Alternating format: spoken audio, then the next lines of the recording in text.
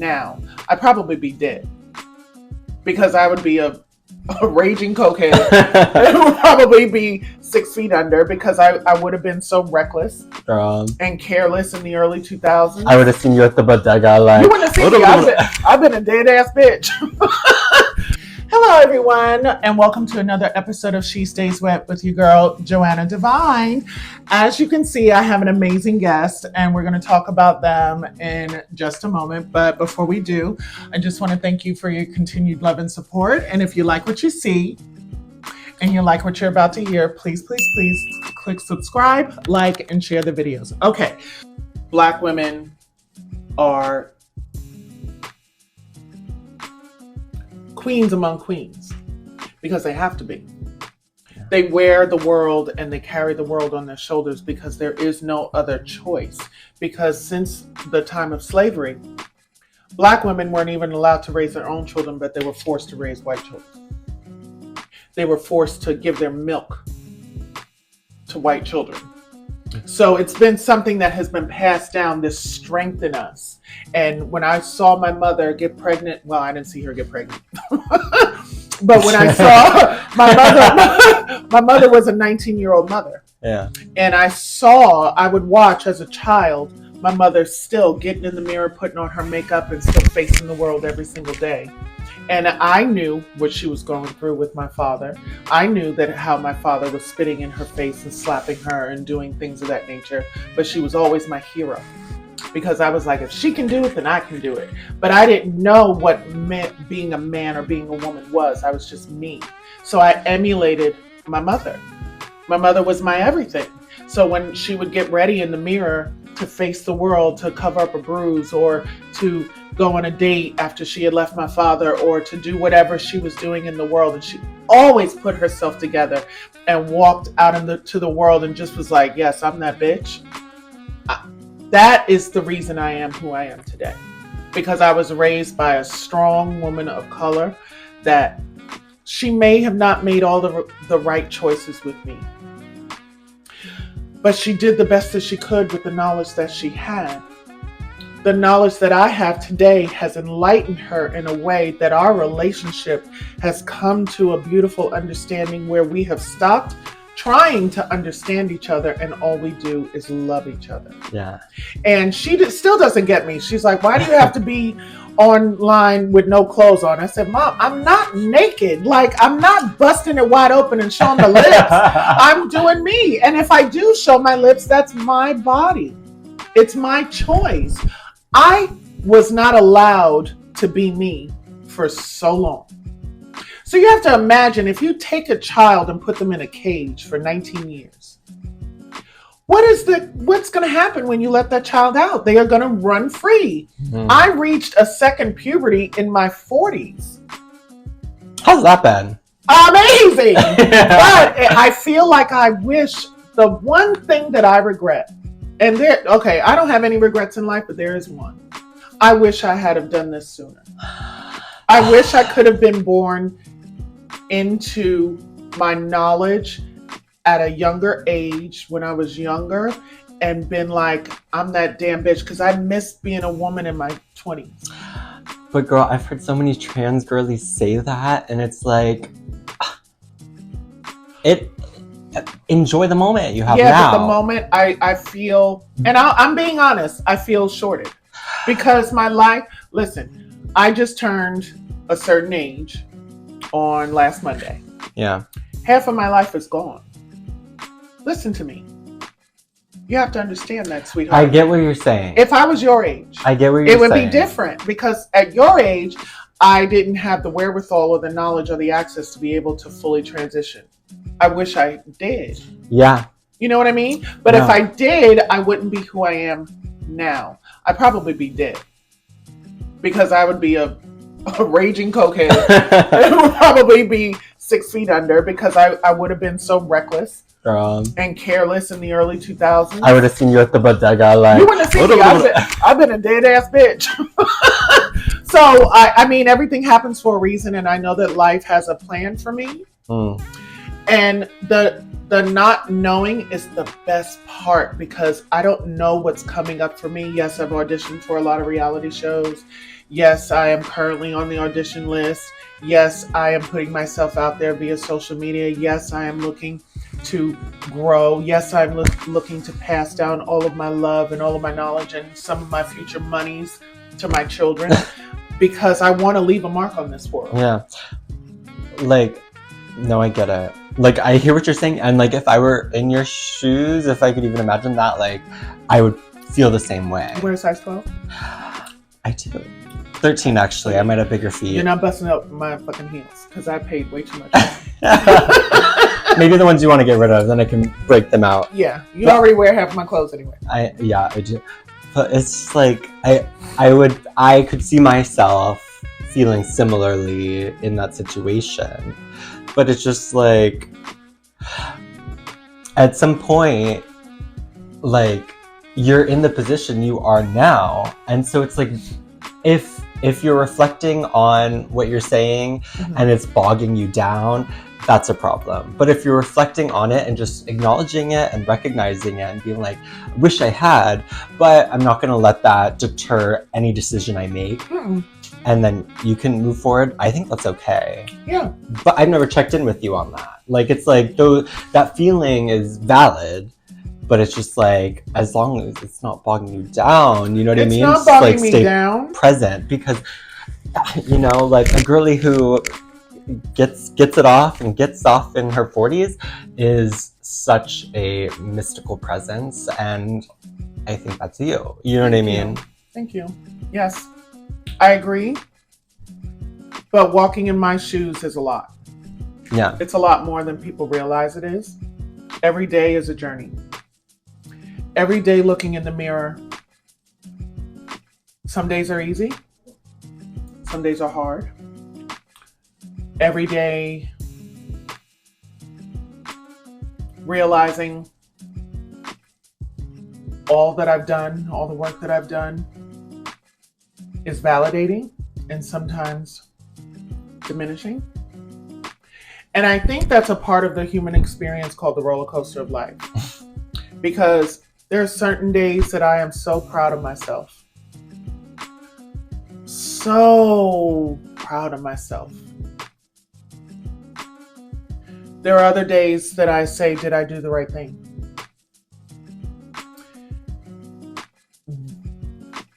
But I can't live in those moments. I have to. But in my quiet moments when I'm alone, my brain is going like this. And it's a miracle that my little high yellow ass sleeps 8 hours a night. Because I think about all the moments and the amazing things that I've seen, the things that I've done, the places I've gone, the amount of work that I've put into being me. When I look at my birth certificate, when I look at my driver's license, when I look at my passport, when I look at my pictures of my trip to Italy and Spain, there are women that have gone on before me and never could have imagined the life that I'm living now. Like when I look at the Duprees and all the families, like the old drag and trans families from back in the day, the Balenciagas and the Muglers and all those women that are the reason that I am who I am. It's a miracle. My life is a miracle.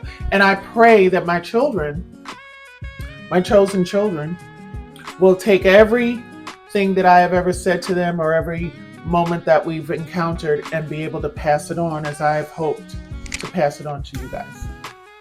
Because the reason that I do what I do is not for me anymore. It's for you. It's for you to one day say, you know, my chosen mother said this to me one day and now I'm going to say it to you. That's how we live on. That's how people remember us. That's how we leave a legacy. You are my legacy. You, Cody, and Jose are my legacy. So. Well, honey. No. I love hearing that. Like, that warms my heart so much. Your legacy is still going on. It's still going on. We still got some ways to go. Girl, that legacy is like, it's giving leg, but you're gonna have the It's giving ass too. It's giving leg, leg, ass, and C. Yeah. Like, I love that. I love hearing how what you're doing is for me, and like, oh my fucking god, that is just so stunning to hear from anyone. But it's like, mother, your legacy is like, it's still, there's so much skyrocket. I don't know. I'm just saying this because I love you so much, but it's like that legacy is like still, there's so much legacy. There's so much legacy. Please stop saying it like that. I'm like, I need to teach you how to read now. I read you. I do read you, but do you get what I'm saying? It's like, not everything you do is for us and me. It is. But it is. But like, you need to be doing, and you do. So it's weird to hear. I do. You do things for you. Everything is for me. Yeah. But there's a motive. There's a method behind my madness. Yeah. The way that I carry myself in the world, the way that I walk through the world, how I introduce you to everyone. I need for people to understand there is so much love to go around. Yeah. Do you see what I'm saying? So it's like, yeah, I do it for me. No, I get it. But yes, I also, like, when you came into my job and how I flaunt over you, it's not for show. It's for real. Yeah. Like, because I want you to have a better walk in this world than I did. I don't want you to have to work as hard as I did. Well, do you know what I mean? I get what you mean, and especially considering you were just talking about like the houses that inspired and built the foundation that you came from, like the Balenciagas. And now we're building our own house, the Devine house. And now you're building your own house. Yeah, but I never want you to like, oh God, like your house is. We have a fierce house. I just don't want like the motive to be like, I'm building this house for others, and I mean, you answer that question, but this house has a long way to go, and that's exciting. I guess is what I'm saying ultimately. Because the three of you, this house has, it's we're gonna slay. Yeah, you know what I mean? Already. First of all, you already are. Yeah. Like, you're doing the whole acting and modeling thing. Cody is doing his thing in LA with Andre. Andre is responsible for editing the videos. Shout out to my baby Andre, my son-in-law. Wait, it's Andre? Yeah, Thank you, Andre. I didn't know that part. Yeah, we'll put the link below for Andre as well. Thank you, Andre. And Jose, you know what Jose is doing. Yeah. And the three of you are extensions of me. So I've built a really wonderful relationship and a network of people in this industry in New York City. And I'll be damned if you guys don't benefit from that. I made a name for myself as a makeup artist. I made a name for myself as a promoter. I made a name for myself as a club hostess. How could I not give that to you guys? You see what I mean? Yeah. Because I know that you'll take it and be like, yeah, my chosen mother is Joanna Devine, and oh, I know who that is. You know what I'm saying? So girl, and never forget, because let me tell you, the last time we went to Fire Island, and I've only done that one time, I know. And we went for a day trip that ended up being an overnight trip. Mm-hmm. Everywhere we went, people were, and I talk about this all the time, people were emerging out of the woodwork, being like, hey, Miss Thing, hey, Miss Skirly, everywhere we went. I must have had 16 cocktails that entire day. I've never been more drunk in my entire life. And didn't pay for one. And didn't pay for a single one. That's right. But like, we started at 11 p.m. and finished at like 9 p.m. So somehow I was like not blacked out or like 11 a.m. on the floor. 11 a.m. to 9 p.m. 11 a.m. But we didn't stop at 9 p.m. because I left you in the room that we didn't pay for. It was like as soon as my drink was finished, another one just appeared. Mm-hmm. And then we ended up staying an extra night in without a free paying room. for it. Mm-hmm. Like, this girl's connected. And whenever we're out in public as well, like, people just appear and they're like, hi, Miss Thing. You're connected. Yeah. You just You're just, you know people. I do. And I always want to leave a place better than I found it. Yeah. Yeah. Yeah. That felt good. Where have you traveled to? And where do you want to travel to? Okay. Where have I traveled to? Where do I want to travel to? Mm-hmm. Let's start. I was born in New York, moved to California, moved back to New York, moved to Florida for my first year of college, had family in Ohio. After Ohio, went to, I've been to Jersey, Virginia, Mm-hmm. North Carolina, South Carolina, Georgia, all of that. Mm-hmm. After Florida, moved to Ohio for CCAD. What's After CCAD? Columbus College of Art and Design. Right. The college. I went to Jacksonville University. Hey, Jack. After Columbus, moved to Texas, San Antonio for 3 months. Set my boyfriend's house on fire, left there. Moved back to New York, went to Paris with my mother, fell in love with a guy, was going to move to Paris, ended up going back to be with him for a short amount of time, realized that he was an asshole, came back, went to the Bahamas for my 30th birthday. My mother bought me a cruise for my 30th birthday to the Bahamas. Mm-hmm. Then been to Heathrow Airport in London twice. Went back to live in California again. Where in California? Sunnyvale, right outside of San Francisco. Mm-hmm. I lived in San Francisco also. I lived in San Mateo as well. Mm-hmm. That's where my dad was born. And then drove across the country by myself from New York to California to get there when I moved there. So I've been to all of those states in between. So you lit your boyfriend's house on fire. Really? Like literally? I lit my boyfriend's house on fire. I was 21, living in San Antonio, Texas. His name was Romeo. Not Romeo. Romeo. Wherefore art thou, Romeo? Hopefully dead. I didn't kill him. I don't think. But he slapped me in the face. And immediately I told him, don't go to sleep. Don't go to sleep. Mm-hmm. Because when you go to sleep, I'm going to do something crazy. Right. And had you left the house or were you still... So I had left the house, went to my house. At that time, I was living with a friend of mine. Packed up my car, called my mother, said, I'm coming home. She said, okay, come home. I went to his house. You went to home and then back to the house. Uh-huh. I had all of my belongings in my little Mitsubishi Eclipse, my 1996 Mitsubishi Eclipse. It was baby blue. Period. Not baby blue. It was like a royal, gorgeous blue. Yeah, giving that. Okay. Had a thing of gasoline. Mm-hmm. Poured it on his door. Mm-hmm. And made a trail coming out to my car. But then you drove away before you lit it. No, I lit it and then drove. But your car didn't catch on fire. No. You drove away fast enough. Honey, no, listen. You lit it to your car. I poured the gasoline on the door and then lit it to the car, but I didn't put the gasoline back in the car. I know, but a car is filled with gasoline. No, it's not. The car, no, oh yeah, it is.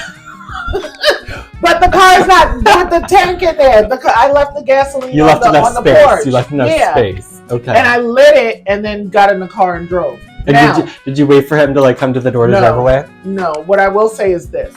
I don't know if the fire made it all the way to the thing because I was in tears and I had like a bruise on my face. So I just wanted to go. But I lit the thing and I saw it going and I got in the car and I went. Hit it. Yeah. So I don't know if the house burnt to the ground. I saw fire behind me, but I did not see everything catch on fire. Maybe that probably made some damage. I mean, by the time you woke up, smelled the smoke, realized the door, it must have burned through some stuff. He shouldn't have slapped me. He deserved it. But you never, did you Google news reports? Like, Google? There was no Google back then. did you look in the local newspaper? I left the state. I didn't care. I drove to New York in 36 hours. And so you know nothing about it. Like, what happened after? Nothing. But in my mind, that's fascinating. like Wendy Williams, in my mind, the house burned to the ground. Can you give your best Wendy Williams face? You watch the documentary? How you doing? Did you watch the documentary? Of course, and I cried. Yeah, me too. Because I met her. It's pretty tragic. I've been to her show 3 times. And I sat in the front row, the middle row, and the side row. Each time she looked me dead in my face and we had a conversation. Did you watch You've watched American Horror Story? Of course. Baby girl, let me show you the funniest thing I've ever seen on what TikTok. Is that? Get ready. Wait, is it MJ? Oh, are you watching that? What's it called? The Delicate. Oh, is it called Delicate or The Loot? It's called Delicate. Okay, maybe an episode's called The Loot. I started it. Good. I did. I'm gonna eat more. It's so good. No, it's so good. And even the garlic bread is kind of spicy. Yeah, it's got some spice for sure. I have to show you the funniest thing I've ever seen in my entire life. That's Mistress Isabel Brooke. That's Mistress. That's Kennedy. That's Kennedy painted as Trixie. Yeah, I saw Funny. it. You know, I know Nikki Doll, like she's a friend of mine. We ran into Nikki Doll together. I know, on Fire Island. We ran into Nikki Doll at Fire Island. Hi, Nikki. I miss you, girl. Okay, guys. So, thank you so much for watching. This has been a wonderful experience. One that I will cherish forever because it's connected to you. I love you. And we're going to say goodbye. Say goodbye. Goodbye. Bye. Okay. That was good.